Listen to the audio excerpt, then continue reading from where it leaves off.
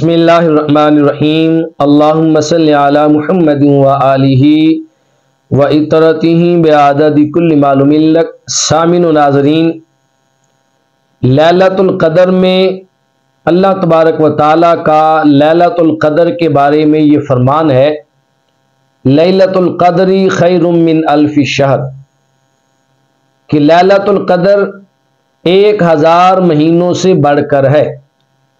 اس رات میں جو بندہ مومن اللہ کی بارگاہ میں اس کے حضور عبادت کرتا ہے، وہ سمجھ لے کہ اس بندے نے 1000 مہینوں سے زیادہ عبادت کرنے کا اجر حاصل کر لیا۔ اب یہاں پر سوال یہ ہوتا ہے کہ جو عبادت زیادہ مشکل ہو، جس عبادت میں تکلیف اور مشقت زیادہ ہو، اس عبادت کا اجر و ثواب بھی زیادہ ہوا کرتا ہے، اور جس عبادت میں تکلیف اور مشقت اور محنت کم ہوتی ہے، اس عبادت کا اجر و ثواب بھی کم ہوتا ہے۔ تو اس نقطہ نظر کے لحاظ سے لیلۃ القدر میں 1 رات عبادت کرنا، اس کا اجر ایک طرف ہے، اور 1000 مہینوں میں عبادت کرنا، اس کی مشقت ایک طرف ہے۔ 1000 مہینوں میں مشقت زیادہ ہے، محنت زیادہ ہے، تکلیف زیادہ ہے، تو پھر 1000 مہینوں کی عبادت کا ثواب بھی زیادہ ہونا چاہیے تھا، نہ کہ 1 رات کی عبادت کا ثواب 1000 مہینوں سے بہتر۔ 1 رات میں 1 رات کی مشقت ہے، اور 1000 راتوں میں 1000 راتوں کی مشقت ہے۔ تو پھر یہ کیسے ہو گیا کہ 1 رات کا اجر و ثواب 1000 مہینوں سے بڑھ گیا؟ اس کا جواب یہ ہے کہ نسبت کے بدل جانے سے ثواب اور عذاب کے احکام بدل جایا کرتے ہیں، حکم بدل جاتا ہے۔ نسبت جتنی اعلیٰ ہوگی، اجر و ثواب اتنا ہی اعلیٰ ہو جائے گا۔ نسبت کے بدلنے سے عذاب اور ثواب کے حکام کیسے بدلتے ہیں؟ آپ دیکھیں، اگر آپ اپنے گھر کے اندر نماز ادا کرتے ہیں تو آپ کو 1 نماز پڑھنے کا ثواب 10 گنا ملے گا۔ کیوں کہ اس لمحے جو نماز آپ نے ادا کی ہے، اپنے گھر میں ادا کی، اس کی نسبت اپنے گھر کی طرف ہے۔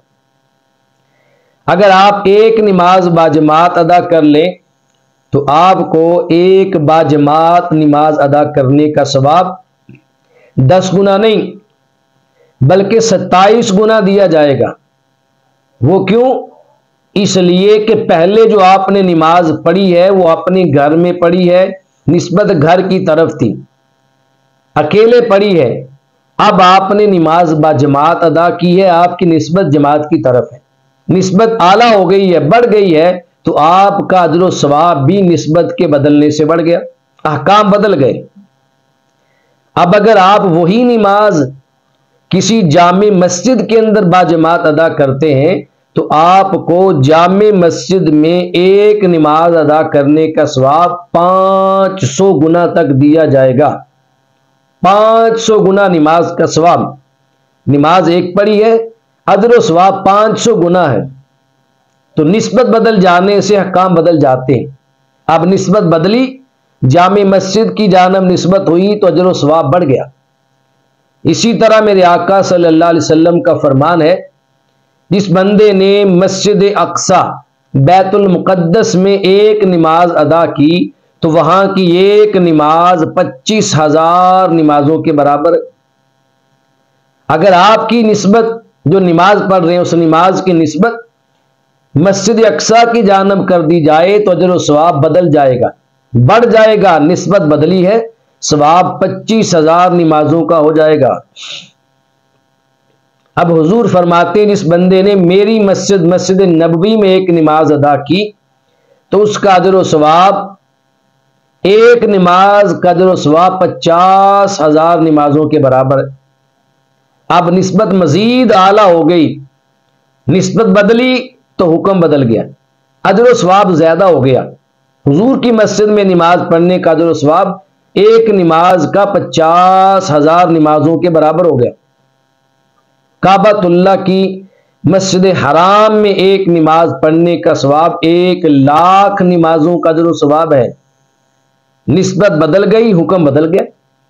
تو نسبتوں کے بدل جانے سے ثواب کے بھی احکام بدلتے ہیں اور عذاب کے بھی احکام بدلتے ہیں۔ نسبت جتنی اعلیٰ ہوتی چلی جائے گی، اجر و ثواب اتنا ہی بڑھتا چلا جائے گا۔ یہ تو مثال آپ نے سمجھی کہ نسبت اعلیٰ ہونے سے اجر و ثواب بڑھتا ہے۔ اب نسبت کے بدل جانے سے عذاب کے احکام بھی بدل جاتے ہیں۔ ان کے بارے میں بھی مثال سمجھ لیں۔ اگر کسی نے زنا کیا ہے اور زناکار کو، زنا کرنے والی عورت کو کسی نے کہا زانیہ، اس نے زنا کیا ہے، زنا کرنے والی کو زانیہ کہہ دیا تو کوئی حرج نہیں، کوئی گناہ نہیں، کہہ دیا تو کوئی سزا نہیں ہے۔ اور اگر بلا وجہ بغیر کسی شرعی ثبوت کے کسی کافرہ کو بھی آپ نے زانیہ کہہ دیا، کسی کافر کو زانی کہہ دیا تو آپ پر شرعاً تعزیر لگے گی۔ تعزیر ایک سزا ہے۔ اور اگر آپ نے کسی مسلمان پاک دامنہ عورت کو زانیہ کہہ کے اس پہ تہمت لگائی، اسے زانیہ کہہ دیا تو آپ کو حد قذف لگے گی، آپ کو 80 کوڑے لگائے جائیں گے، 80 کوڑے۔ دیکھیں نسبتیں بدل رہی ہیں تو عذاب بھی بدلتا چلا جا رہا ہے۔ زانی کو زانی کہا تو کوئی گناہ نہیں، بلا ثبوت کافر کو زانی کہا تو تعزیر ہے، اور بلا ثبوت کے نیک صالح مومنہ عورت کو زانیہ کہہ دیا تو حد قذف ہے، 80 کوڑے ہیں۔ اگر یہی کلمہ معاذ اللہ نقل کفر نہ باشد، اللہ نہ کرے کسی کی زبان سے ایسا نکلے، نہ ہمارے کان کسی کی زبان سے ایسا کلمہ سنے، اگر یہی کلمہ کسی نے ام المومنین کے بارے میں، حضور علیہ السلام کی ازواج مطہرات میں سے کسی مقدس اور پاکیزہ زوجہ اور ماں کے بارے میں کلمہ کہہ دیا، یا انبیاء علیہ السلام میں سے کسی نبی کے بارے میں یہ کلمہ کسی کی زبان سے صادر ہو گیا تو اس لمحے وہ بندہ کافر ہو جائے گا، اس کا ایمان نکل جائے گا۔ نسبت بدل گئی ہے، اب عذاب کا حکم بھی بدل گیا، احکام بھی بدل گئے۔